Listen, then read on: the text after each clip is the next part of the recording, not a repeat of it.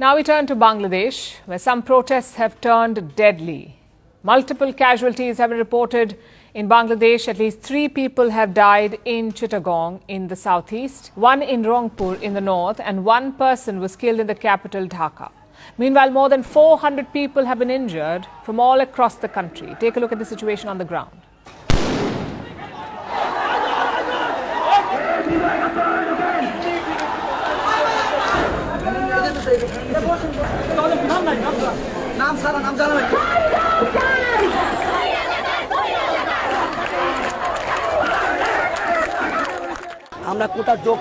We demanded rational reformation of the quota system. We did not desire anything else. The ongoing protests are against Bangladesh's quota system. Let me explain. Every year, they recruit people for government jobs. Now, these are considered safe jobs, jobs that offer assured career growth. So these jobs are highly coveted. Every year, the government releases a list of vacancies, but all the jobs listed are not up for grabs because more than half of them are reserved. 1% of all the jobs are reserved for people with disabilities. 5% are reserved for minority communities. 10% are reserved for women. Another 10% are reserved for people from underdeveloped districts in Bangladesh. So that's 26% of the jobs reserved. But that's not all. The largest reservation is for freedom fighters, the people who fought to liberate Bangladesh from Pakistan back in 1971. 30% of all jobs, all government jobs, are reserved for these people, for their children and their grandchildren. When we add this to the other reservations, the total comes to 56%, meaning 56% of the government jobs in Bangladesh are reserved. They're not open to the general public. And this is why the students are angry. This is why they have been protesting. The quota system had been scrapped in 2018 after similar protests, but now it has returned. Last month, a court reinstated the quotas, and that is what sparked the latest round of demonstrations. This is against various parts of the system, from the percentage of reserved seats to the vacancy rule. What's the vacancy rule? If a reserved job cannot be filled, if the quota candidates fail to clear the requirements or the recruitment tests, the job would be left vacant. It would not be opened up to the general public. That is the rule, even if there weren't enough reserved candidates applying. The vacancy remains, but it's not given to the general public. And remember, these jobs are much sought after. So these wasteful vacancies also riled up the people.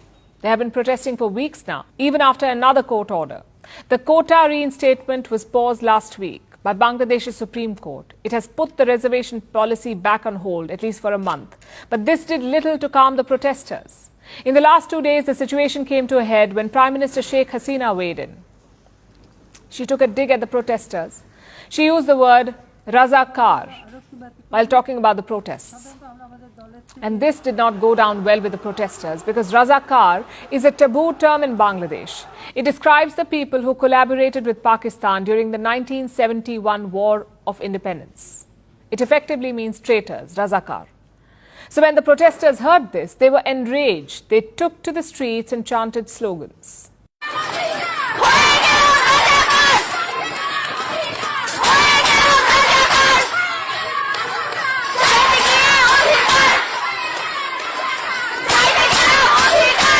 That roughly translates to, I went to ask for my rights and I became a Razakar. The next chant was even more problematic.